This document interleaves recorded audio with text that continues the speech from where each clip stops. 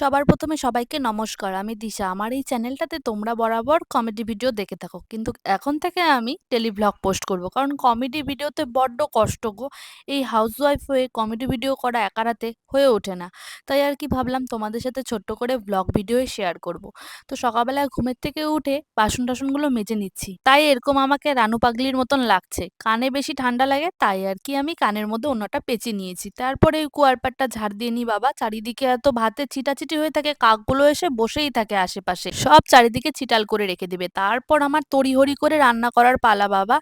আর তার আগে আমি ওয়াশিং মেশিনে জামাকাপড়গুলো দিয়ে আমার বরাবর ওষুধটা খেয়ে নিই। কারণ সকালবেলা এটা না খেললে আমার দিন বটে শুরুই হয় না। তারপর আমার ছেলে আমার সাথে একটু দুষ্টুমি করছিল। তারপরে ওকে বললাম গাড়িগুলো নিয়ে খেল। এখন তো বাবা শীতের দিনের বেলা। শীতের দিনের বেলা তো না ফারারি গাড়ি। কোন দিক দিয়ে যে বের হয়ে যায় টেরই পাওয়া যায় না। পাশেই একটা সবজির দোকান আছে। ওখানে গিয়ে তড়িঘড়ি করে আলু নিয়ে নিলাম। আর প্রত্যেকদিন আলু সিদ্ধ ভাত না খেলে আমার মনটা কিছুতেই মানে না। আর বেগুনটা ভেজে নিলাম। আলু সিদ্ধ আর বেগুন ভাজা ঘি দিয়ে ভাত খেতে আমার হেব্বি লাগে। তারপর সকালবেলায় এই শক্তি যোগানের জন্য অ্যাফটেক্সটা খেয়ে নিলাম। ডালগুলো ভেজে নিয়ে টপার-টপ দোকানে গেছিলাম।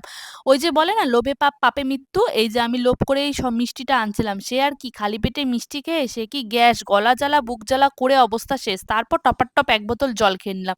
এই যে রান্না করতে গিয়ে আমার বাবু উঠে পড়েছে আমার কোলে। ওকে নিয়ে রান্না করতে লাগবে। সব কাজ সামলে ওকে ঘুম পাড়িয়ে এই দেখো মুখের মধ্যে এক গাদা প্রেশার নিয়ে আবার জামাকাপড়গুলো মেলতে চলে এসেছি। বাবা সারাদিনের কাজ আর কিছুতেই সামলে উঠতে পারি না।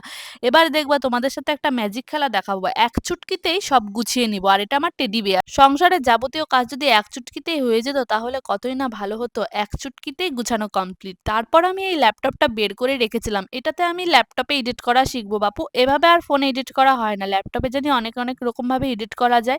তাই একটু চেষ্টা করব ইউটিউব দেখে। ওই তো শিক্ষাগুরু আছেই আমার ইউটিউব। আর এইদিকে কিছু ক্রিম আমি মুখের মধ্যে মেখে নিচ্ছি স্নান টান করে উঠে। এই ক্রিমগুলো না ডট কির, তারপর আছে আর একটা কোন কোম্পানির জন্য ভুলে গেছি নাম বাপু, অত মনে থাকে না আমার। মুখের মধ্যে ক্রিমগুলো মাখার একটাই কারণ মুখটা যাতে একটু জেল্লাদার হয়। কিছুতেই সেটা হয় না। আমার বাবু হওয়ার পর থেকে আমার স্কিনে প্রচুর পরিমাণে গোটা আর চুল তো প্রায় টাকলু হয়ে গেছে।